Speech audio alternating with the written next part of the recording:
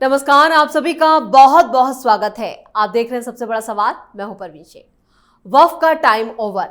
आज संसद के पटल पर वक्फ संशोधन बिल 2024 पेश होगा, जिसे लेकर पिछले कुछ महीनों से सियासी गलियारों में गदर मचा है। विपक्ष के कई दल all India Muslim personal law board के साथ खड़े हैं, तो बीजेपी के तमाम नेता एक सुर में कह रहे हैं कि वक्फ बोर्ड के नाम पर जमीनों पर कब्जा करने का काम चल रहा है। अब से थोड़ी देर में वक्फ पर तस्वीर पूरी तरह साफ हो जाएगी। वक्फ बिल पर नंबर गेम में मोदी ने राहुल गांधी को पछाड़ दिया है। दरअसल जेडीयू और टीडीपी दोनों ने वक्फ बिल का खुला समर्थन किया है, क्योंकि दोनों दलों के 3-3 संशोधन सरकार ने मंजूर कर लिए। लेकिन सबसे बड़ा सवाल यह है कि क्या विपक्ष और मुस्लिम संगठन सीएए की तरह बड़े पैमाने पर विरोध की योजना बना रहे हैं? क्योंकि वक्फ बिल मोदी सरकार के तीसरे कार्यकाल का सबसे बड़ा राजनीतिक और संवेदनशील बिल है। तो आज संसद में क्या होने वाला है, इसी पर चर्चा के लिए स्टूडियो मौजूद हैं कैपिटल टीवी के editor in chief doctor Manish Kumar. Sir, आपका बहुत बहुत स्वागत है। धन्यवाद। आज का दिन कई मायनों में काफी खास और मोदी सरकार के लिए कहें कि ये इतिहास के पन्नों में दर्ज होगा। तो क्या होने वाला है आज संसद में? देखिए, वो तो कल शाम में ही तय हो गया जी। आप देखिए किस तरह का चेहरा मुरझाया हुआ, डिप्रेशन में ये लोग चले गए। इनको समझ में आ गया कि सारी कवायतें जो है वो फेल हो गई। दिल्ली से बताया गया पत्रकार उड़ उड़ के गए पटना, उड़ उड़ के गए हैदराबाद। कोई नायडू साहब से मिलने की कोशिश कर रहा था, कोई नीतीश बाबू को समझाने की कोशिश कर रहा था। ये दलाल पत्रकारों का एक जत्था है जो यही दलाली करने में एक्सपर्ट है। ये सब फेल हो गया, बुरी तरह से सब फेल हो गया। क्योंकि एक बात समझिए, और ये मैं खुले में कह रहा हूं, ये जो वक्फ बोर्ड है ये हिंदुस्तान का सबसे भ्रष्ट इदारा है, ऑर्गेनाइजेशन है। इससे भ्रष्ट तो कोई कुछ है ही नहीं। बिल्कुल सही। यह अमानतुल्लाह जेल गया, वक्फ का हेड था। किसने कंप्लेन किया? तो वक्फ के मेंबर्स ने ही कंप्लेन किया। क्यों किया? कि मनमानी चल रही थी। जिसको नौकरी पर रखना रख लिया, जिस जमीन के ऊपर कब्जा करना है, जहां कहीं भी दुकान खोल देनी है। भाई कोई दिमाग लगाएगा? करीब 9 लाख एकड़ जमीन और आमदनी थल्ले भर का नहीं। कोई कह रहा था 12 लाख रुपए आमदनी होती है। इतना तो पान वाला कर लेता है, जो वीआईपी पान शॉप्स हैं जो दिल्ली के अंदर में, उस महीने में 12 लाख रुपए कमा लेते हैं जी। और इतनी बड़ी जायदाद, वो ऐसा तो नहीं कि वो डेजर्ट है या कहीं है, कुछ भी है। तो वो पैसा जा कहां रहा था? मुट्ठी भर लोगों के बैंक अकाउंट्स में। और ये लोग डिफेंड करने में लगे हुए थे। तो ये तो होना था नहीं।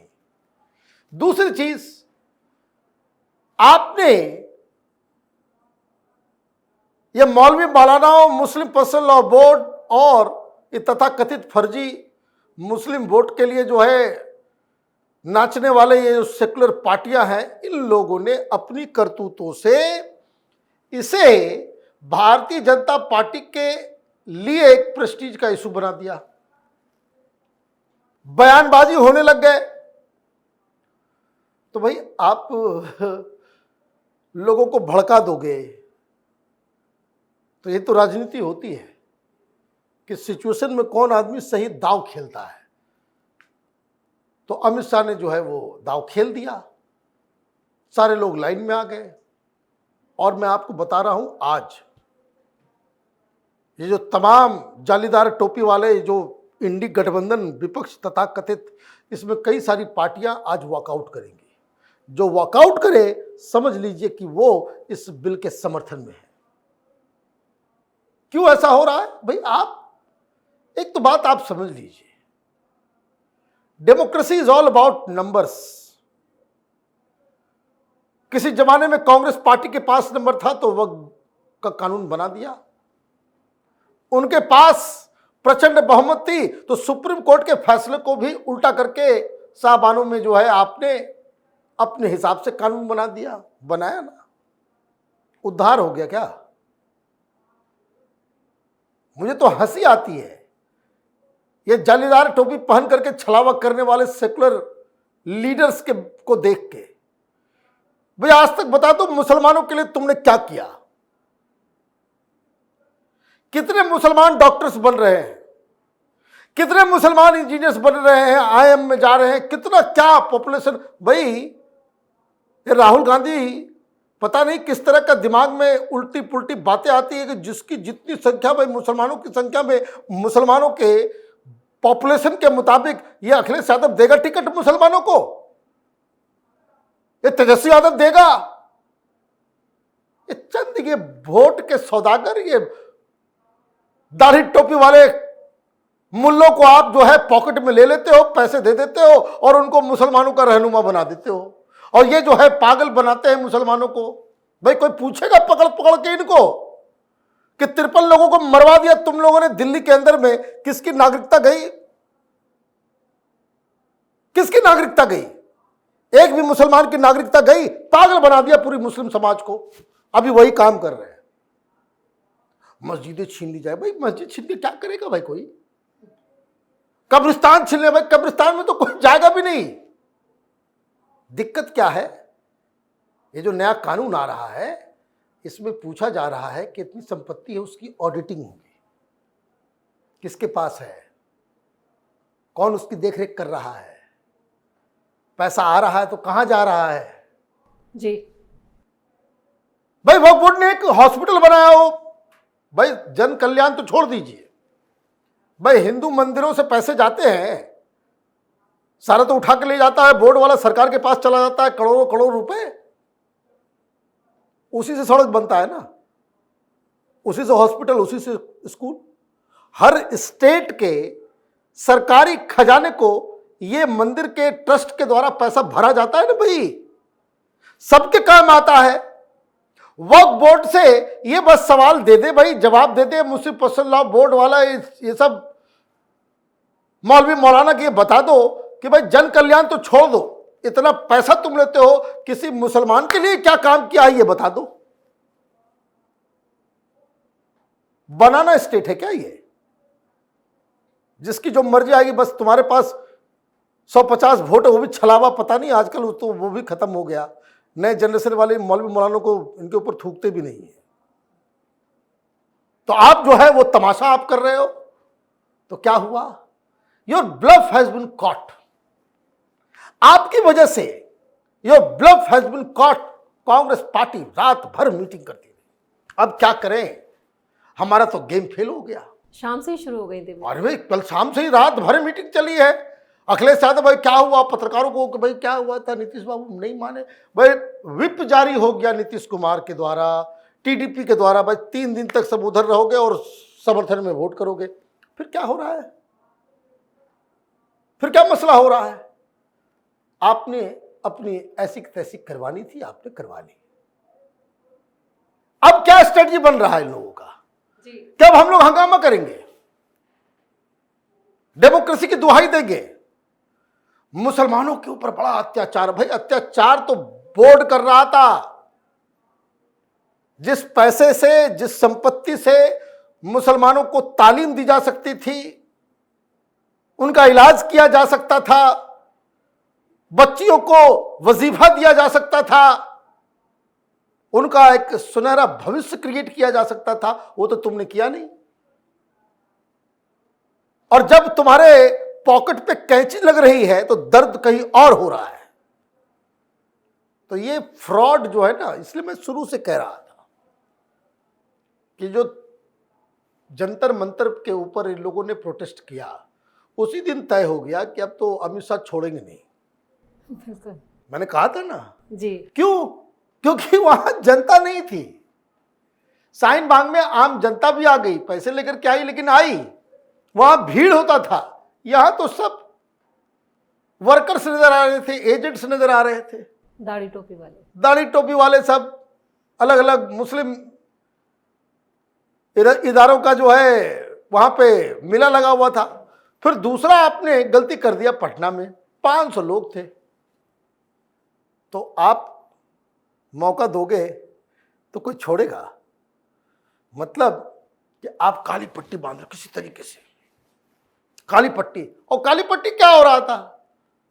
ये मुस्लिम पर्सनल लॉ बोर्ड वाले सब जो वो पैसे लेकर के जो है वो काली पट्टी बनवा कर रखे, जो लोग जा रहे हैं सबको दे रहे हैं कि तुम बांधो, तुम भी बांधो। अब मुसलमानों के साथ एक भी दिक्कत है ना, ये भीड़ है।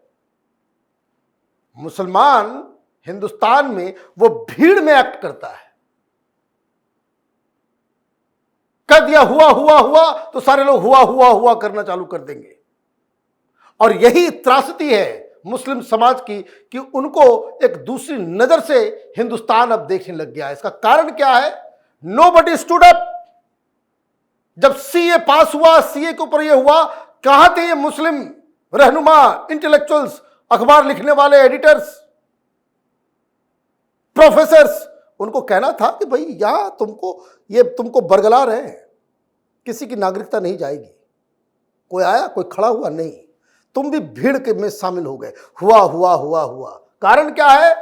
कारण यह है कि वो इतना ज्यादा प्रेशर हो जाता है कि भाई इस्लाम से ही बाहर कर दिए जाओगे। ये बड़ी दिक्कत है ना इन लोगों में।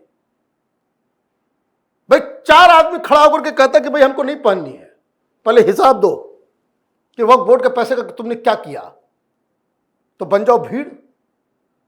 तो भीड़ बनकर के आप उन्हीं पे दबाव दे सकते हो जिनको उम्मीद है कि आप उनको वोट करोगे। सीधा ये डेमोक्रेसी है। मैं कोई ऐसा नहीं कि मैं कुछ उल्टी पुल्टी बातें बता रहा हूं, ये डेमोक्रेसी है। You can not survive without talking to the government. भाई आप एक अपने आप को कहते हो कि भाई हम बहुत सताए हुए आदमी हैं, किसके पास जाओगे? किसी शहर में कोई गुंडा आपको तंग कर रहा है, किसके पास जाओगे? पुलिस के पास जाओगे। और रोज तुम पुलिस को ही गालियां दो, पुलिस को ही नहीं मानो, तो आपको कौन बचाएगा? कोई नहीं बचा सकता। Similarly if you think that you are being deprived, या आपका समाज जो है वो पीछे जा रहा है, जो सच्चर कमेटी ने कहा कि दलितों से भी बदतर स्थिति हो गई, और बदतर स्थिति होगी। मुस्लिम समाज जिस राह पे जा रहा है और बदतर स्थिति होगी। ये दाढ़ी टोपी वाले, ये मुस्लिम पर्सनल लॉ बोर्ड वाले मुसलमानों के सबसे बड़े दुश्मन हैं, क्योंकि ये सब कुछ करेंगे, मुस्लिम बच्चों को तालीम नहीं देंगे। और तालीम की जगह पे वो बोल देंगे मदरसे में जाकर के बैठ जाओ। वह धार्मिक एजुकेशन है, बहुत सारे, हर धर्म में धार्मिक एजुकेशन है, घर में दो। लेकिन आपने उसको बना दिया है ऐसा कि भाई अब तो 20 साल पढ़ लो मदरसे के अंदर, 10 साल पढ़ लो, कोई मौलवी बनने के अलावा कोई नौकरी मिलेगी? मिलेगी तो बता दो जी। उसे डॉक्टर बनोगे, इंजीनियर, भाई वो काम नहीं करोगे। आपको सिर्फ और सिर्फ अपना इंटरेस्ट, अपने बारे में, इन सब का, ये जितने मुस्लिम पर्सनल लॉ बोर्ड के लोग हैं, ये कोई आरटीआई मुस्लिम एक्टिविस्ट ही डाले और पूछे कि तुम्हारे बाल बच्चे कहां हैं, क्या पढ़ रहे हैं और कितना इस्लाम को मान रहे हैं। इनके घर की महिलाएं क्या नकाब पहन रही है, नहीं पहन रही है, विदेश में पढ़ रही है, कहां जा रही है, क्या कर। आपको दूध का दूध, पानी का पानी 2 सेकंड में हो जाएगा। बहुत सारे लोगों को तो मैं पर्सनली भी जानता हूं, दूध का दूध, पानी का पानी हो जाएगा। लेकिन क्या है कि मुसलमानों को भीड़ बना दिया। तो अब आपने तय कर लिया कि भाई बीजेपी के साथ कोई कम्युनिकेशन नहीं रखना है, तो कर लीजिए। और ये भी मैं आपको बता रहा हूं, आज तो ये पास होगा, इसको कोई टोक नहीं सकता, रोक नहीं सकता। और आगे वो एक और गैर कानूनी कानून बनाया है कांग्रेस पार्टी ने, प्लेसेस ऑफ वर्शिप एक्ट, उसको भी निरस्त किया जाएगा। सुप्रीम कोर्ट का आदेश। ये सब जो हो रहा है ये भी ध्यान रख लीजिए, ये इधर टीवी वाले के इधर उधर मत जाइए।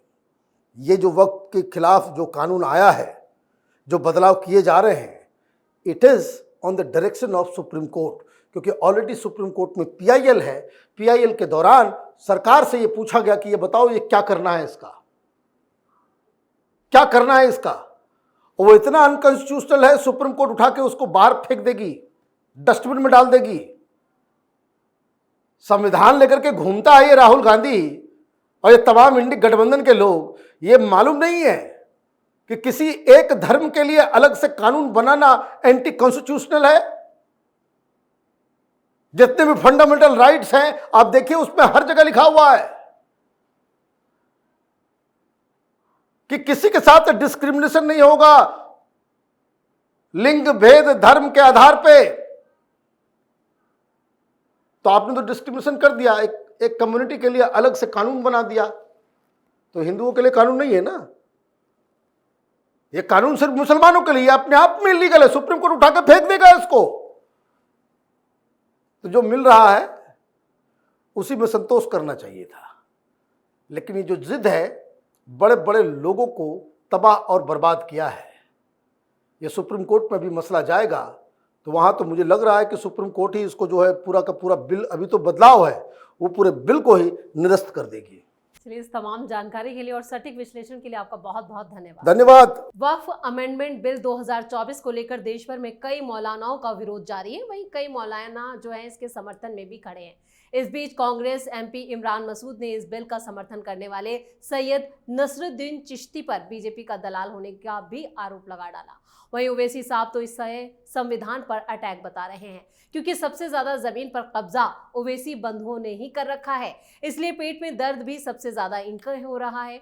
वहीं सपा मुखिया अखिलेश यादव और राहुल गांधी भी वक्फ पर मुसलमानों को सिर्फ गुमराह करने में जुटे हैं, लेकिन विपक्ष और मौलाना गैंग की सभी साजिशें आज पूरी तरह से नाकाम होने वाली हैं। इस खास शो में इतना ही। वीडियो कैसा लगा कमेंट करके अपनी राय जरूर दें। वीडियो को लाइक करें, शेयर करें और कैपिटल टीवी को सब्सक्राइब जरूर करें। धन्यवाद।